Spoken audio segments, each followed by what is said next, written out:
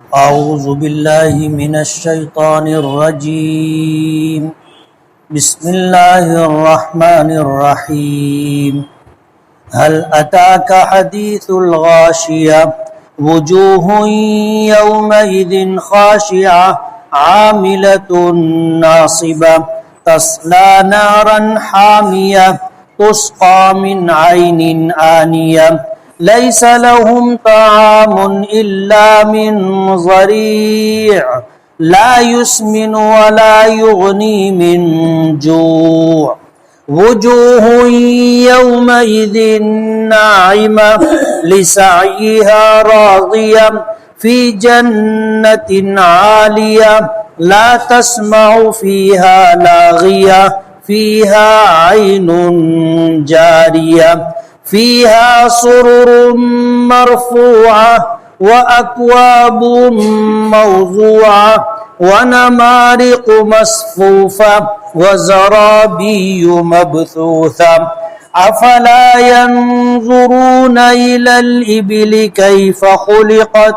وإلى السماء كيف رفعت وإلى الجبال كيف نصبت وإلى الأرض كيف سطحت فذكر إنما أنت مذكر لست عليهم بمسيطر إلا من تولى وكفر فيعذبه الله العذاب الأكبر إن إلينا إيابهم ثم إن علينا حسابهم. صدق اللہ العظیم. سبحانک لا علم لنا الا ما علمتنا انک انت العلیم الحکیم.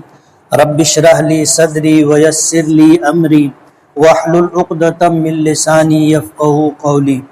پناہ مانگتا ہوں میں اللہ تعالیٰ کی شیطان مردود سے. شروع کرتا ہوں میں اللہ کے نام سے جو بڑا مہربان نہایت رحم والا ہے.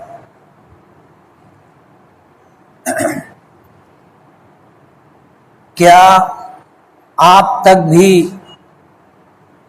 اس چھپا لینے والی ڈھانپ لینے والی قیامت کی بات پہنچی ہے جس دن بہت سے چہرے ذلیل ہوں گے, محنت کرتے کرتے تھکے ہوئے ہوں گے, دہکتی ہوئی آگ میں داخل کیے جائیں گے, جنہیں کھولتے ہوئے چشمے کا پانی پلایا جائے گا, سوائے کانٹے دار درختوں کے ان کے لیے کوئی کھانا نہیں ہوگا جو نہ انہیں موٹا کرے گا اور نہ بھوک مٹائے گا.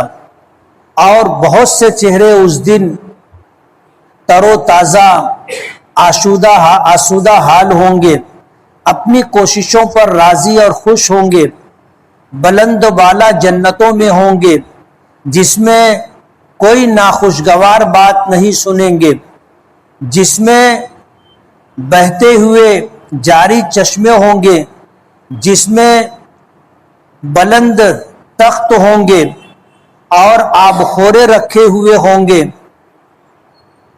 اور تکیے قطار سے لگائے ہوئے ہوں گے, اور مخملی غالیچے مسندیں پھیلی پڑی ہوں گی. کیا ان لوگوں نے دیکھا نہیں اونٹ کی طرف کہ اسے کس طرح کیسے پیدا کیا گیا ہے, اور آسمان کی طرف کہ اسے کس طرح بلندی دی گئی ہے, اور پہاڑوں کی طرف کہ انہیں کیسے نصب کیا گیا ہے, اور زمین کی طرف کہ اسے کیسے پھیلایا گیا ہے, بچھایا گیا ہے. بس آپ نصیحت کرتے رہیے. آپ نصیحت کرنے والے ہیں, آپ ان کے اوپر داروغہ بنا کر کے نہیں بھیجے گئے, سوائے ان لوگوں کے جنہوں نے منہ موڑا اور کفر کیا, پس انہیں اللہ تعالیٰ بہت بڑا عذاب دے گا. بے شک ہماری ہی طرف ان کو لوٹ کر کے آنا ہے, پھر ہم پر ہی ان کے حساب لینے کی ذمہ داری ہے.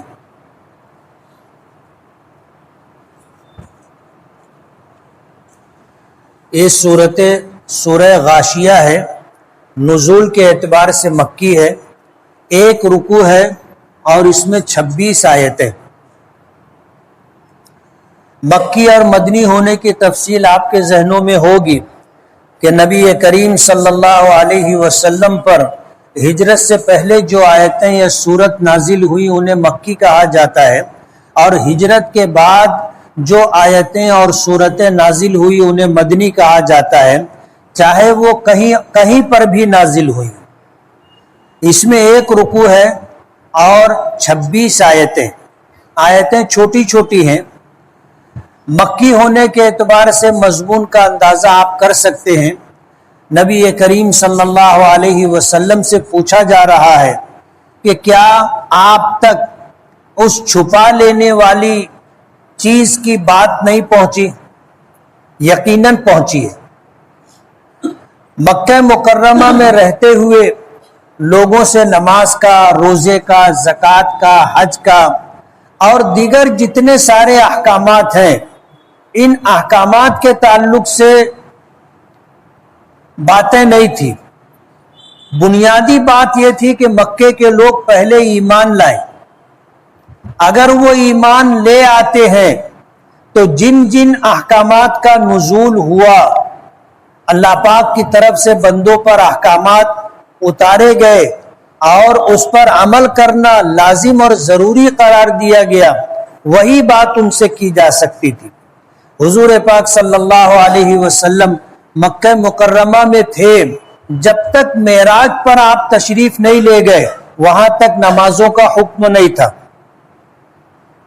اور مکہ مکرمہ آنے کے بعد روزوں کے احکامات آئے، زکوٰۃ کے احکامات آئے، اور آپ کی دنیا میں موجودگی کے ساتھ آخری سال میں حج کے احکامات آئے۔ تو احکامات تو بعد میں آئے، بنیادی چیز یہ تھی جسے ایمان کہتے ہیں، جسے آخرت کہتے ہیں، جسے قیامت کہتے ہیں، انہی چیزوں کے تعلق سے مکے والوں سے بات کی جاتی تھی۔ تو قیامت کے تعلق سے نبی کریم صلی اللہ علیہ وسلم سے پوچھا جا رہا ہے، سوال ہے حل اتاک حدیث الغاشیہ، کہ کیا آپ تک اس ڈھانپ لینے والی بات، اس ڈھانپ لینے والی چیز کی بات آپ تک پہنچی؟ یقیناً پہنچی، جس کو قیامت کہتے، کہ جب قیامت آئے گی تو سب چیزوں کو ڈھانپ لے گی، یعنی کوئی چیز بھی باقی نہیں ہوگی جو اس سے باہر۔ آسمان ہے، زمین ہے، ایسی بڑی بڑی مخلوقات سب اس کی لپیٹ میں آئے گی۔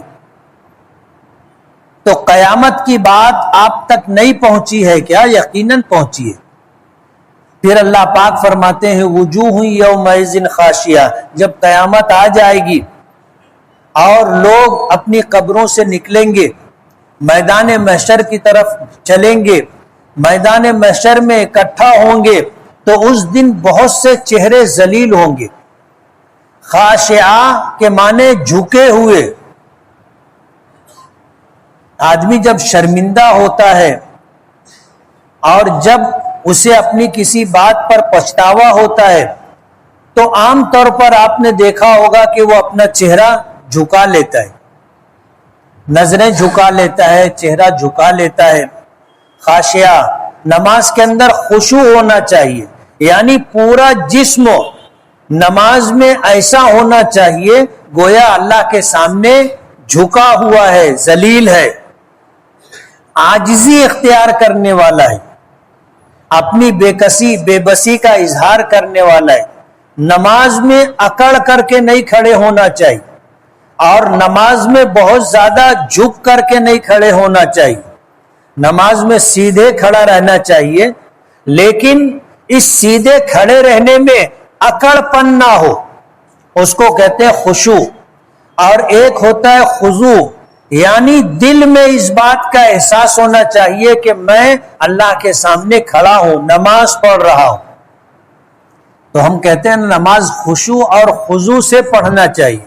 تو خشوع کا مطلب یہ ہے کہ پورا جسم اللہ کے سامنے ذلیل ہو کر کے پیش ہو، اور خضوع کا مطلب یہ ہے کہ دل میں بھی احساس ہو کہ میں نماز پڑھ رہا ہوں، یہ خیال رہے کہ میں نماز پڑھ رہا ہوں، ادھر ادھر جو خیالات بھٹکتے ہیں اور ہم لوگ اسے واپس لانے کی کوشش نہیں کرتے, اپنے حال پر پڑے رہتے ہیں. یہ نہیں ہونا چاہیے.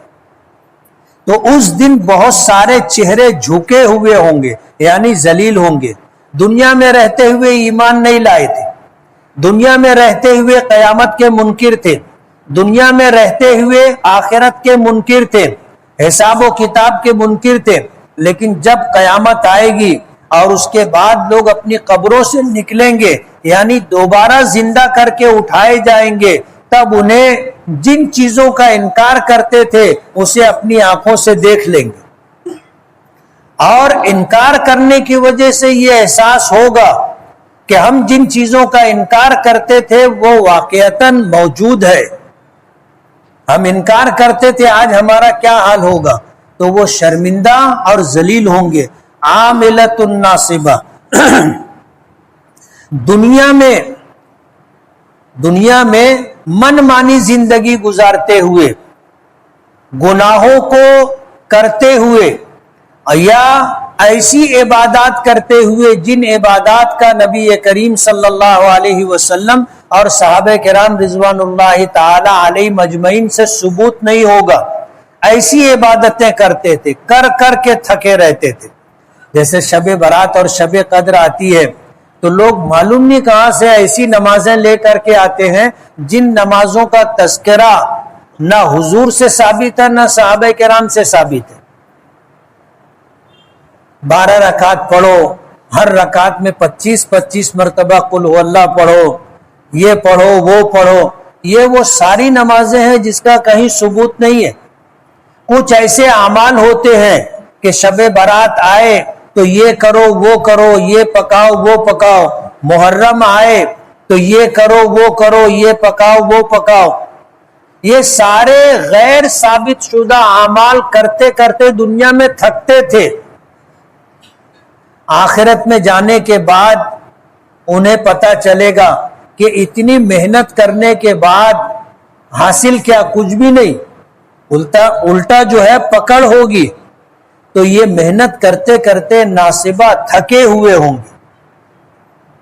اس لیے ہماری شریعت ہر اعتبار سے کامل و مکمل ہے.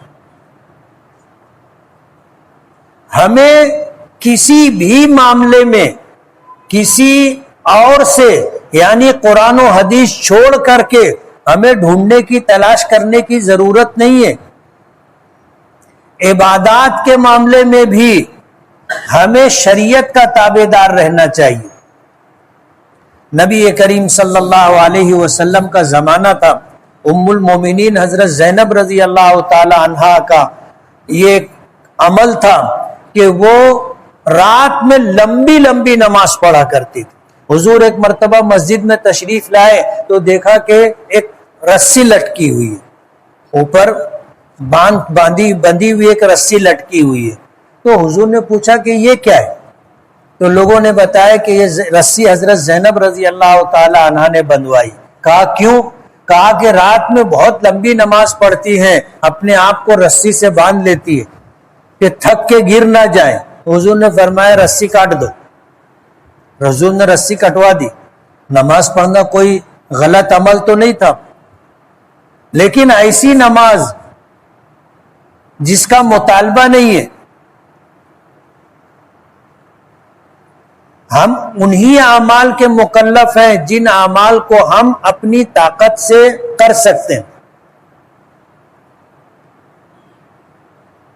یہ اس بات کا حضور نے اپنے عمل سے اور اپنے اقوال سے اس بات کا ذکر کیا ہے. حضور کا اپنا عمل الگ تھا, لیکن امت کے لیے جو ہدایات آپ نے جاری کی ہیں وہ قیامت تک آنے والے انسانوں کے لیے, اور ایسی ہدایات ہیں جس پر سب عمل کر سکتے. لا یکلف اللہ نفسا الا وسعها. اللہ نے کسی بھی نفس اور جان کو کوئی ایسا حکم نہیں دیا جو اس کی طاقت سے باہر ہو. اس لیے اس دنیا میں بھی عمل کرتے ہوئے یہ دیکھنا چاہیے کہ صحابہ کرام رضوان اللہ تعالی علیہ مجمعین جو حضور کے اولین مخاطب تھے, یعنی حضور سے جنہوں نے براہ راست سب سے پہلے سنا تھا, ان کا عمل، ان کا طریقہ کیا ہے. اور اسی لیے فرمایا دین میں کوئی نیا طریقہ، دین میں کوئی نیا طریقہ جس کو آدمی ثواب سمجھ کر کے، دین سمجھ کر کے کرے اور اس کا ثبوت نبی کریم صلی اللہ علیہ وسلم اور صحابہ کرام سے نہ ہو، وہ نیا طریقہ بدعت قرار دیا گیا ہے، چاہے دیکھنے میں اچھا لگتا ہو، لیکن وہ عمل قابل قبول نہیں ہے. ہماری شریعت ہر اعتبار سے کامل و مکمل ہے، اور اتنی خوبصورت ہے، اور اتنی شاندار ہے، اور اتنی آسان ہے کہ اس میں اب کسی اضافے کی گنجائش نہیں ہے. مخمل کے کپڑے میں کپڑا جب کہ پھٹا نہ ہو، کوئی اگر ٹاٹ کا پیون لگائے تو کوئی قبول کرے گا؟ نہیں کرے گا. تو ہماری شریعت ہر اعتبار سے کامل و مکمل ہے، اب اس میں کسی اضافے کی گنجائش نہیں ہے. اس لیے علماء مفسرین نے تفسیر کی ہے، عاملہ دنیا میں ایسا عمل کر کر کے تھکے تھے جس کا شرعاً کوئی ثبوت نہیں تھا، تو یہ عمل کر کر کے پہنچے، لیکن وہاں تھکے ہوں گے کہ حاصل کچھ نہیں. آدمی اگر محنت کرے اور محنت کا صلہ اس کو مل جائے تو آدمی حشاش بشاش ہو جاتا ہے. ہفتے بھر لوم چلا کے تھکا تھا، جمعہ کو پگار مل گئی، آدمی کی تھکان ختم ہو جاتی. تو ایسا عمل جس پر اللہ پاک کی طرف سے اجر و ثواب ملے، آدمی جب وہاں پہنچے گا اور اسے اجر و ثواب ملے گا، تو دنیا میں جو لوگ رات کی تنہائی میں اکیلے میں اٹھتے تھے، اخیر پہر میں اٹھتے تھے، عبادت کرتے تھے، تھکتے تھے، نیند کی قربانی دیتے تھے، جب اجر و ثواب ملے گا تر و تازہ ہوں گے، آسودہ حال ہوں گے. اور اس کے برعکس ایسے لوگ جو شریعت و قرآن و حدیث سے غیر ثابت شدہ اعمال کر کر کے تھکے تھے، ان کو کل وہاں کچھ نہیں ملے گا، تو ان کی تھکن اور زیادہ ہو جائے گی. عاملۃ ناصبہ. ایک تفسیر مفسرین نے یہ بھی کی ہے کہ ایمان سے محروم لوگ جب وہاں پہنچیں گے تو دنیا میں جو کچھ کیا ہوگا اس کی وجہ سے جب ان پر پر مشقت عذاب آئے گا تو اس کی وجہ سے وہ تھک جائیں گے، عذاب برداشت نہیں کر سکیں گے. تسلا نارن حامیہ، دہتی ہوئی آگ میں داخل کیے جائیں گے. تسقا من عین آنیہ، ایسے چشموں سے انہیں پانی پلایا جائے گا جو کھولتا ہوا ہوگا. کھولتا ہوا. دنیا کی آگ اور جہنم کی آگ میں بہت فرق ہے. جہنم کی آگ سے اگر کسی جہنمی کو نکال کر دنیا کی آگ میں ڈال دیا جائے تو اس کو نیند آ جائے گی، اتنا فرق ہے. جہنم کی آگ دنیا کی آگ سے 70 گنا زیادہ گرم ہے. آج ہم لوگ یہاں کی آگ برداشت نہیں کر سکتے. اگر موم بتی جل رہی ہو، چراغ جل رہا ہو تو آپ اس میں انگلی نہیں رکھ سکتے. تو آخرت کی عذاب جہنم کی آگ کیسی ہوگی؟ فرمایا کہ وہاں جہنم کی گرمی کی شدت سے جو پانی ابل رہا ہوگا، چشمہ گرم پانی کا، کھولتے ہوئے پانی کا، ایسا پانی ان کو پلایا جائے گا. جب پئیں گے تو وہ پورا جلاتے ہوئے نیچے سے نکل جائے گا، پیاس بجھے گی نہیں اور بڑھ جائے گی. لیس لہم طعام الا من ضریع، اور ان کے لیے وہاں سوائے کانٹے دار درختوں کے کوئی کھانا نہیں ہوگا. زقوم دیا جائے گا جو نہ انہیں موٹا کرے گا، یعنی اس میں کسی طرح کی کوئی غذائیت نہیں ہوگی کہ آدمی کے جسم کو لگے. کوئی غذائیت نہیں ہوگی کہ کھانے کے بعد بھوک مٹ جائے، ایسا کچھ بھی نہیں ہوگا. یہ تو جہنمیوں کا تذکرہ تھا. اس کے بعد فرماتے ہیں وجوہ یومئذ ناعمہ، اس دن بہت سارے چہرے تر و تازہ چمکتے ہوئے آسودہ حال ہوں گے. لسعیہا راضیہ، اپنی کوششوں پر ملے ہوئے اجر و ثواب کو دیکھ کر راضی اور خوش ہوں گے۔ دنیا میں جو کوششیں کی تھی اللہ کو راضی کرنے کی، جنت کو حاصل کرنے کی، اور اپنی آسودگی اور خوشحالی اور خوشحالی کے لیے جو کچھ کیا تھا، جب اس کا اجر و ثواب ملے گا تو بندے خوش ہوں گے، راضی ہوں گے۔ فی جنت عالیہ، بلند و بالا جنتوں میں ہوں گے، لا تسمع فیہا لاغیہ، جس میں کسی طرح کی کوئی بکواس، کوئی لغو بات، کوئی بیکار بات نہیں سنیں گے۔ فیہا عین جاریہ، جس میں بہتے ہوئے ابلتے ہوئے چشمے ہوں گے، جس کا پانی دودھ سے زیادہ سفید، شہد سے زیادہ شیریں اور برف سے زیادہ ٹھنڈا ہوگا۔ فیہا سرور مرفوعہ، جس میں بلند بلند تخت ہوں گے، واکواب موضوعہ، اور آبخورے یعنی پینے کے لیے جو پیالے ہوتے ہیں وہ رکھے ہوئے ہوں گے، ونمارق مصفوفہ، مسندیں لین سے لگی ہوں گی، وزرابی مبسوسہ، اور غالیچے قالین جگہ جگہ بچھے ہوں گے، جہاں جنتی چاہیں وہاں بیٹھے اور آرام کریں۔ ایسا نہیں ہے کہ ایک ہی جگہ یہ انتظام ہوگا، جہاں چاہیں گے وہاں انتظام ہوگا چاروں طرف۔ اس کے بعد اللہ پاک عربوں کو خطاب کر کے، جو اولین مخاطب تھے نبی کریم صلی اللہ علیہ وسلم کے ارشادات اور قرآن کریم کی آیات کے، کہ کیا ان لوگوں نے دیکھا نہیں اونٹوں کی طرف، کیف خلقت، اللہ نے اس کو کیسا پیدا کیا ہے۔ ریگستانوں میں چلنے والا جہاز ہے، اللہ نے اتنا طاقتور بنایا ہے کہ اپنے وزن سے زیادہ بوجھ اٹھاتا ہے۔ ریگستانوں میں کھانا پانی نہیں ملتا، اللہ نے ایسا بنایا ہے کہ کئی کئی دن تک پانی نہ ملے، کھانا نہ ملے تو بھی چلتا رہتا ہے۔ عام سواری یہی تھی، اس لیے اللہ پاک نے اس کا تذکرہ کیا۔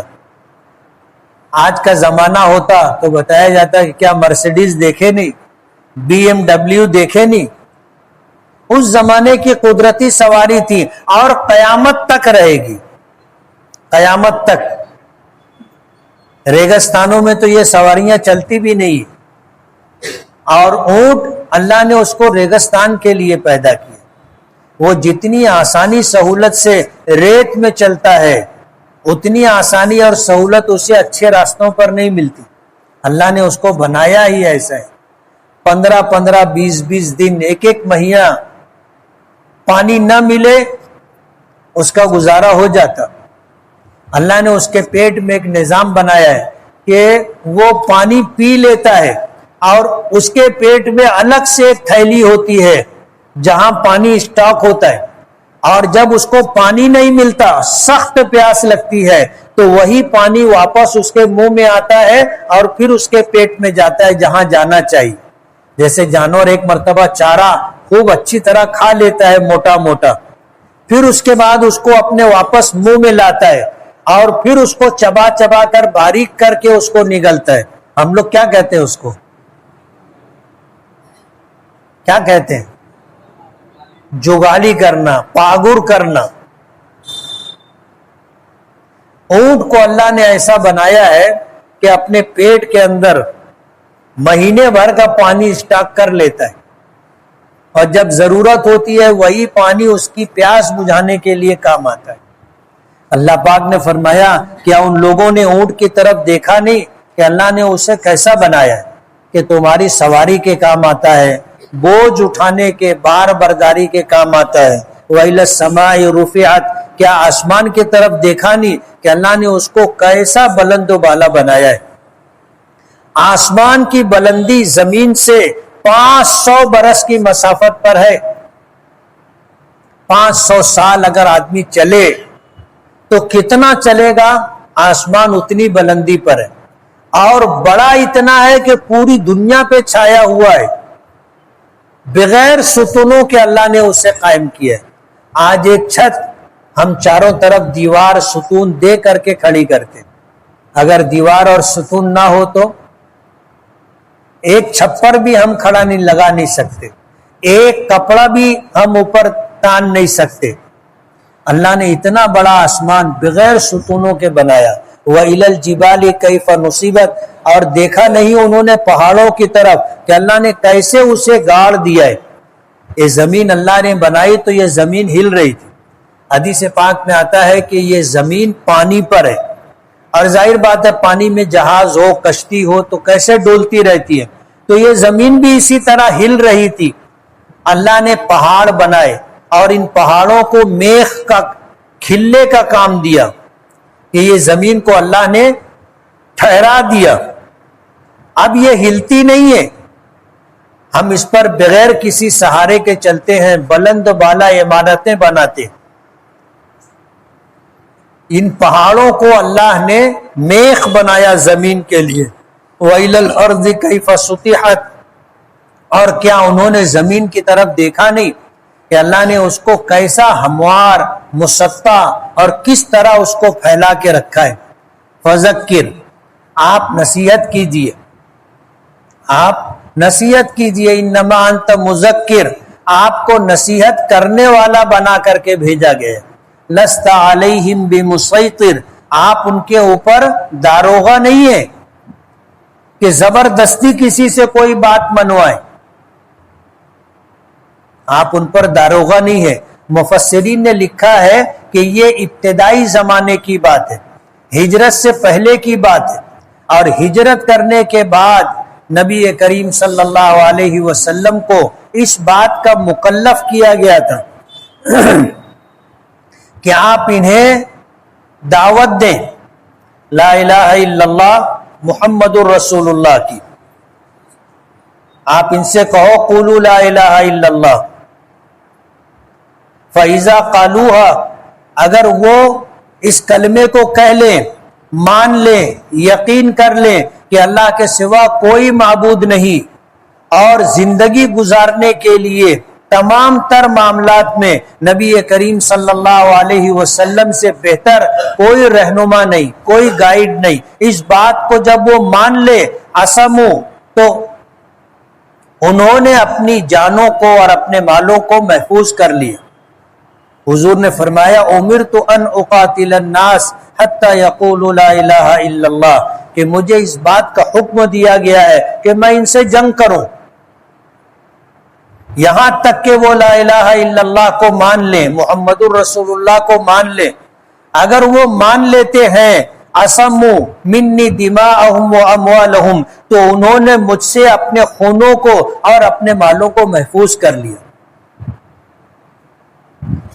ہجرت کے بعد نبی کریم صلی اللہ علیہ وسلم ان لوگوں پر جو لوگ اسلام قبول کرنے سے انکار کر رہے ہیں اور پھر تابع دار بن کر رہنے کے لیے تیار نہیں ہے, یعنی جزیہ دینے کے لیے, ٹیکس دینے کے لیے تیار نہیں ہے, تو ان سے جنگ کی جائے گی. نبی کریم صلی اللہ علیہ وسلم نے ہجرت کے بعد شاہان عالم کے نام خطوط روانہ کیے کہ اسلام قبول کرو.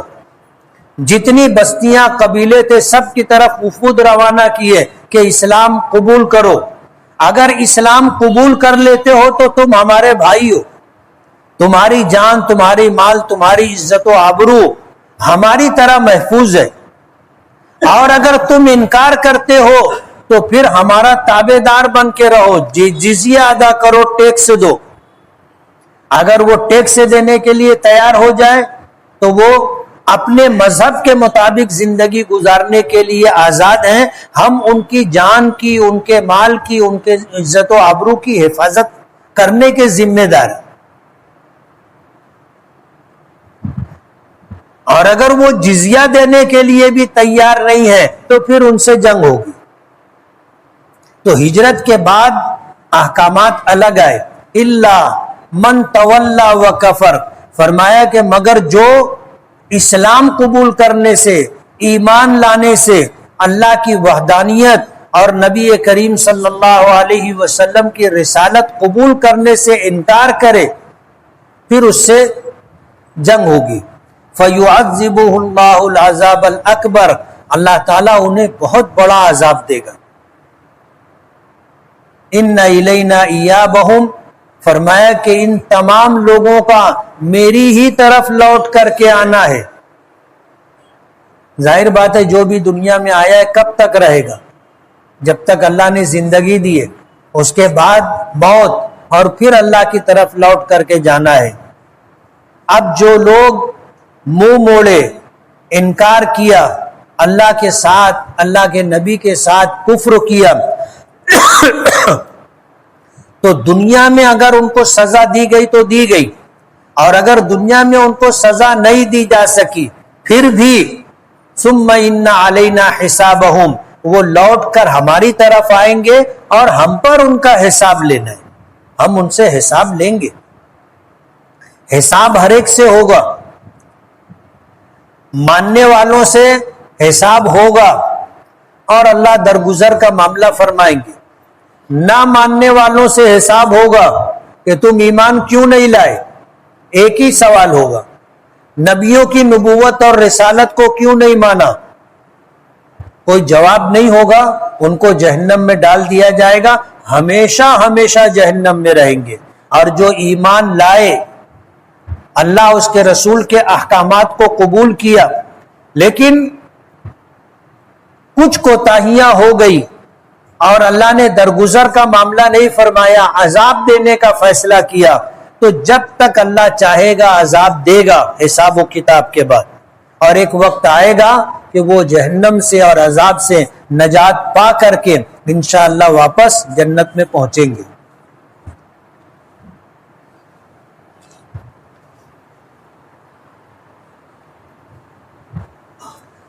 قرآن کریم پرانے بوسیدہ ہو جاتے ہیں اور آگ پھٹ جاتے ہیں. آپ قبرستان میں دفنانے پر بھی پابندی ہے تو کیا کرنا چاہیے؟ کیا اسے جلا سکتے ہیں؟ پہلے تو دفن کرنے کی جگہ تلاش کرنا چاہیے. ضروری نہیں ہے کہ قبرستان میں دفن ہو.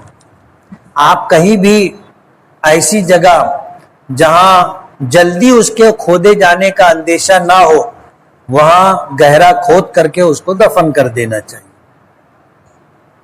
آپ اسے اپنے گھر میں بھی دفن کر سکتے ہیں، اپنے کھیت میں بھی دفن کر سکتے ہیں، جنگل میں بھی دفن کر سکتے ہیں.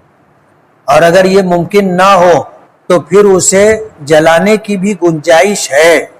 علماء نے ایسے حالات میں کہ اسے جلا کر کے اس کی راکھ کسی پاک جگہ پانی میں ڈال دیا جائے، ندی وغیرہ میں، یا راکھ کہیں جنگل وغیرہ میں ڈال دی جائے. عید غدیر کے موقع پر آپ نے حضرت علی کے کون سے فضائل بیان کیے تھے؟ یاد نہیں ہے؟ نیند آ رہی ہے کیا؟ اکثر سوتے رہتے ہو آپ. کیا آپ امسال حج پر نہیں جا رہے ہیں؟ ویزا نہیں ملا؟ میں حفظ کر رہا ہوں، الحمدللہ 16 پارے ہو گئے ہیں. مجھے ایک صفحے سے زیادہ سبق یاد نہیں ہوتا. جتنا یاد ہوتا ہے محنت کر کے یاد کر لو. ہم لوگ اس سے زیادہ کے مکلف نہیں ہیں. میرے استاذ مجھ سے ناراض تھے، میں ان سے معافی بھی مانگ چکا، لیکن میرا دل مطمئن نہیں ہے کہ انہوں نے معاف کیا یا نہیں. میں کیا کروں؟ کچھ ہدیہ تحفہ لے کر کے جاؤ. صحابہ کرام حضور پاک صلی اللہ علیہ وسلم کے ساتھ یہی کیا کرتے تھے. حالانکہ حضور کو اللہ نے سب کچھ دیا تھا، لیکن اپنے بڑوں کے پاس جب آدمی جائے تو کچھ لے کے جانا چاہیے. آج یہ چیز ہم لوگ بھول گئے. میرے ساتھیوں میں سے ایک ساتھی مجھ سے کہنے لگے کہ مفتی صاحب تم کو تو بہت ہدیہ اور نذرانہ ملتا ہوگا. میں نے کہا تو کتنے دن سے میرے ساتھ رہتا؟ بولے 30-40 سال ہو گئے. مولا آج تک کچھ دیا؟ پانی پڑ گیا نا اس کے اوپر. یعنی خود کبھی دیا نہیں اور گمان یہ کر رہا ہے کہ بہت ملتا ہوگا. تو ہم لوگوں نے اپنے بڑوں کے ساتھ اپنا سلوک بدل لیا ہے. ہمیں اس کو بدلنے کی ضرورت ہے. ائمہ کرام کو، علماء کرام کو، بزرگان دین کو، اولیاء کرام کو جو اپنی حیثیت ہو ہدیہ اور نذرانہ دینا چاہیے. ایک ہوتا ہے ہدیہ، ایک ہوتا ہے صدقہ، ایک ہوتا ہے فدیہ. ہدیہ ان کو دیتے ہیں جن کو خوش کرنا مقصود ہوتا ہے، یعنی کسی کو خوش کرنے کے لیے ہم جو دیتے ہیں اس کو ہدیہ کہا جاتا ہے. حضور نے فرمایا تہادو تحابو، ہدیہ لیتے دیتے رہا کرو، آپس میں محبت پیدا ہوگی. ہم لوگ نہیں دیتے، نہ اپنے ماں باپ کو دیتے، نہ اپنے بھائی بہنوں کو دیتے، نہ اپنے دوستوں کو دیتے، نہ اپنے بڑوں کو دیتے، نہیں دیتے. لیتے دیتے رہنا چاہیے. یعنی بڑوں کو بھی چاہیے کہ وہ چھوٹوں کو کچھ نہ کچھ دیتے رہے، اور چھوٹوں کو بھی چاہیے کہ اپنے بڑوں کو کچھ لیتے دیتے رہے. ضروری نہیں ہے کہ آپ سونے کا سٹ لا کر کے دیں بیوی کو، لیکن وقتاً فوقتاً کچھ نہ کچھ دینا چاہیے. ہم میں تو کتنے ایسے ہوتے ہیں کہ بیوی کو کبھی خرچہ بھی نہیں دیتے نا.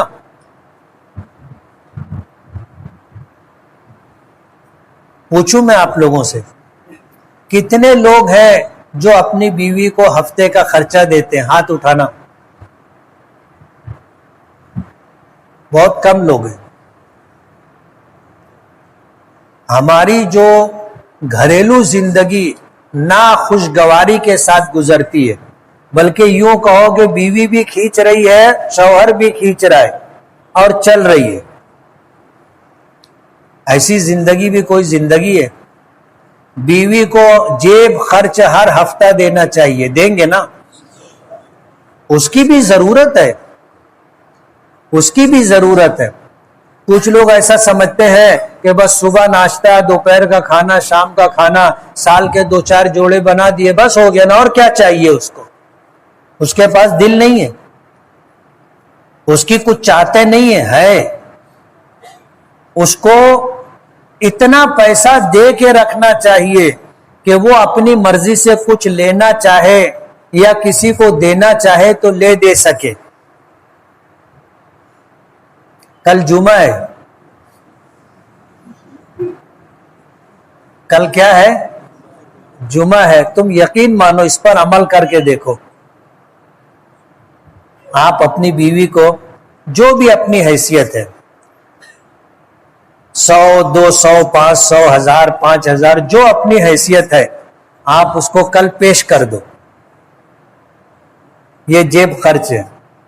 پھر تم دیکھو اس کا رویہ کیسا رہتا. کریں گے؟ آواز آنا چاہیے. نہیں، میں دوسری بات بول رہا ہوں. میں نے جامع مسجد سے بیان کیا تھا کہ مہر فاطمی دینا چاہیے.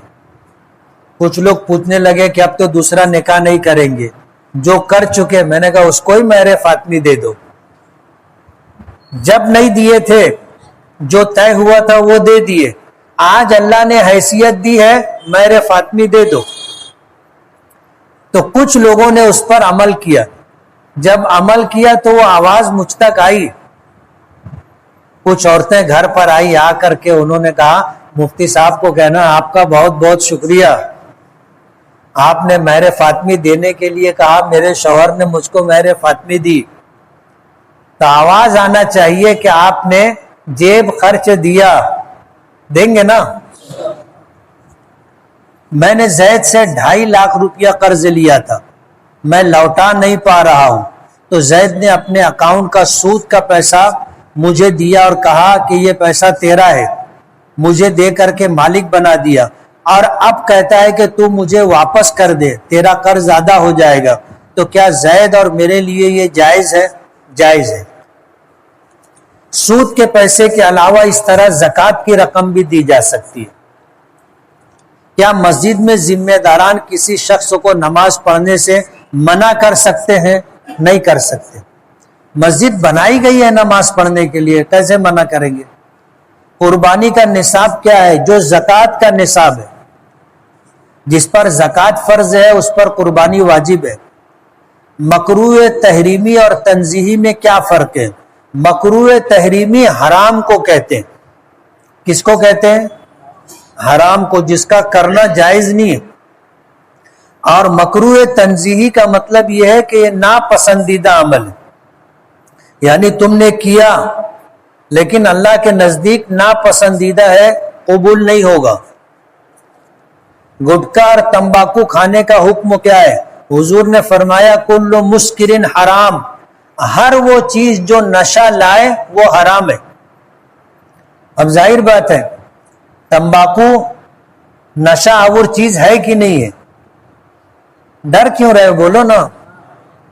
جو آدمی تمباکو نہیں کھایا اس کو کھلا کے دیکھ لو،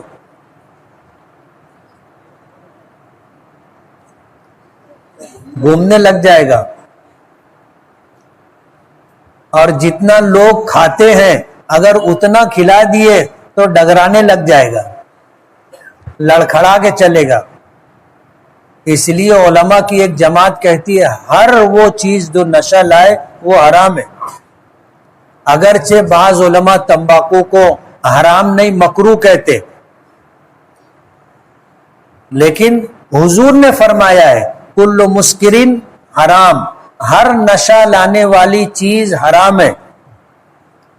اس لیے اب آپ کو فیصلہ کرنا ہے کہ ایک طرف حضور کا فرمان ہے کہ ہر نشہ لانے والی چیز حرام ہے، اور ایک طرف کچھ علماء ہیں جو کہتے ہیں کہ تمباکو کھا سکتے ہیں. بات کس کی مانی جائے گی؟ کیا صرف 9 ذی الحجہ کا روزہ رکھ سکتے ہیں؟ رکھ سکتے. 1 ذی الحجہ سے 9 ذی الحجہ تک روزہ رکھنا بہت پسندیدہ عمل ہے، لیکن اگر کوئی صرف 9 ذی الحجہ کا روزہ رکھنا چاہے تو رکھ سکتا ہے. اس روزے کی بڑی فضیلت ہے. فضیلت یہ ہے کہ اس نفل روزے سے رکھنے سے اللہ تعالیٰ پچھلے 1 سال کے صغیرہ گناہ اور آئندہ اگلے سال کے 1 سال کے صغیرہ گناہ معاف ہوتے. اگر امام کے ساتھ دوسری رکعت کے قاعدے میں التحیات کے بعد غلطی سے درود شریف پڑھ لیا تو کیا سجدہ سہو کرنا ہوگا؟ نہیں کرنا ہوگا. امام کے پیچھے رہتے ہوئے اگر ہم سے کوئی غلطی ہو گئی تو اس پہ سجدہ سہو نہیں.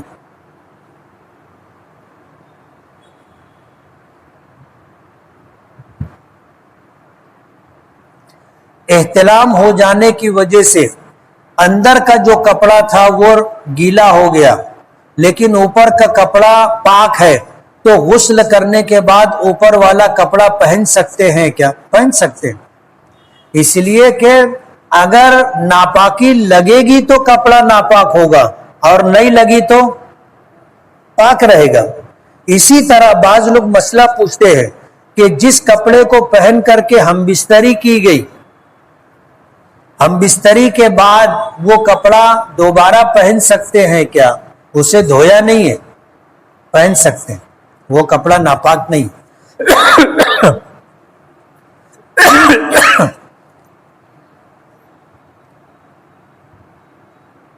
ناپاک کپڑے کو پاک کرتے وقت کوئی دعا پڑھنا ہے؟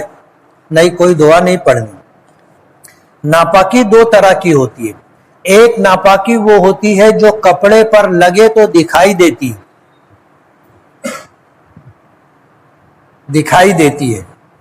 تو ایسی ناپاکی کو اس طرح دھونا چاہیے کہ وہ دکھائی دینا بند ہو جائے، یعنی داغ دھبا دور ہو جائے. اور اگر داغ دھبا دور ہو گیا تو کوئی بات نہیں، اور اگر نہیں ہوا تو 3 مرتبہ رگڑ کر کے اس کو دھونا اور نچوڑنا چاہیے. یعنی 1 مرتبہ اس کو اچھی طرح رگڑ کر کے دھوئیں اور پوری طاقت سے نچوڑ لیں تاکہ اس میں جتنا پانی ہے وہ نکل جائے. پھر دوبارہ اسی طرح کرے، پھر 6 بارہ اسی طرح کرے تو وہ کپڑا داغ بھی باقی رہا تو بھی پاک کہلائے گا. اور اگر ناپاکی ایسی ہے جو دکھائی نہیں دیتی، جیسے پیشاب کے چھینٹے پڑ گئے تو اپنے ڈھونڈیں گے بھی تو نہیں ملے گی، تو بھی اس کو 3 مرتبہ آدمی دھوئے اور نچوڑ لے، کپڑا پاک ہو جائے گا. کوئی دعا نہیں ہے. میں روزانہ سوچتا ہوں کہ تہجد میں اٹھوں گا اور نماز پڑھوں گا، لیکن اٹھ نہیں پاتا. صحیح نیت نہیں رہتی، یہی سے نہیں اٹھ پاتا. بس پکڑنی رہتی ہے تو آنکھ کھلتی کہ نہیں کھلتی؟ اگر 5 بجے صبح بس ہو تو آدمی رات بھر کھٹکے کی نیند سوتا ہے. اگر 100% آپ طے کر لو کہ نہیں تہجد پڑھنا ہے تو آنکھ کھلے گی. آدھی رات میں اچانک آنکھ کھل جائے تو اس کا کیا مطلب ہے؟ اس کا مطلب یہ کہ تہجد پڑھو. اللہ نے آنکھ کھلوا دی ہے، اب اس کو بند مت کرو، اٹھو تہجد پڑھو. آپ مغرب کے بعد کون سا وظیفہ پڑھتے ہو؟ آیت الکرسی ہے اور کچھ دعائیں ہیں جو نبی کریم صلی اللہ علیہ وسلم سے منقول ہے. آیت الکرسی 3 صبح کی نماز کے بعد پڑھنا چاہیے، مغرب کی نماز کے بعد پڑھنا چاہیے، اور 3 مرتبہ بسم اللہ الذی لا یضر مع اسمہ شیء فی الارض ولا فی السماء 3 مرتبہ صبح 3 مرتبہ شام پڑھنا چاہیے. حسبی اللہ لا الہ الا ہو علیہ توکلت وہو رب العرش العظیم 7 مرتبہ صبح پڑھنا چاہیے، 7 مرتبہ شام پڑھنا چاہیے. 3 مرتبہ 3 مرتبہ قل هو اللہ، قل اعوذ برب الفلق، قل اعوذ برب الناس صبح بھی پڑھنا چاہیے، شام بھی پڑھنا چاہیے. یہ معمولات آدمی بنا لے تو اللہ حادثات سے محفوظ رکھتا ہے.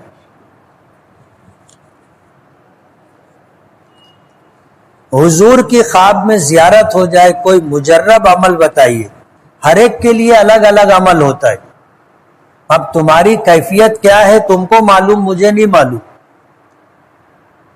آدمی نیکی کا اہتمام کرے، فرض نمازوں کا اہتمام کرے اور سنتوں کا اہتمام کرے، اور حضور پر روزانہ ایک مقدار اپنے سہولت کے اعتبار سے درود پاک کی طے کر لے تو انشاءاللہ زیارت ہوگی. دیکھو جس سے محبت ہوتی ہے نا وہ خواب میں دکھتا ہے. افیئر ہو جاتا، کسی سے محبت ہو جاتی تو خواب میں دکھتا کہ نہیں دکھتا؟ دکھتا ہے. تو حضور سے اگر واقعی محبت ہے تو حضور کی زیارت ہوگی. ہماری مسجد میں ٹرسٹیان کی جانب سے کوئی زور زبردستی، کوئی دباؤ نہ ہونے کے باوجود امام صاحب عید الاضحیٰ کی نماز مسجد میں پڑھاتے ہیں، تو کیا امام صاحب کو سنت کے چھوڑنے کا گناہ ہوگا؟ ہوگا. اگر ٹرسٹی لوگ بھی بلا ضرورت عیدین کی نماز یعنی عید الفطر کی نماز اور عید الاضحیٰ کی نماز تھوڑی سی سہولت کے لیے کہ قربانی کرنی ہے مسجد میں اگر پڑھواتے ہیں تو گنہگار ہوں گے. عیدین کی نماز عیدگاہ میں پڑھنا سنت مؤکدہ ہے. پورے شہر میں چند ایسی مسجدیں جس میں بوڑھے بیمار جا کے نماز پڑھ سکے، ان کی جو عیدگاہ نہیں جا سکتے وہ لوگ نماز پڑھے، ان کے لیے آپ رکھ سکتے ہو. باقی جو آدمی عیدگاہ جا سکتا ہو وہ اگر بلا وجہ بلا ضرورت کے مسجد میں نماز پڑھ رہا ہے عیدگاہ چھوڑ کر کے تو وہ بھی گنہگار ہے.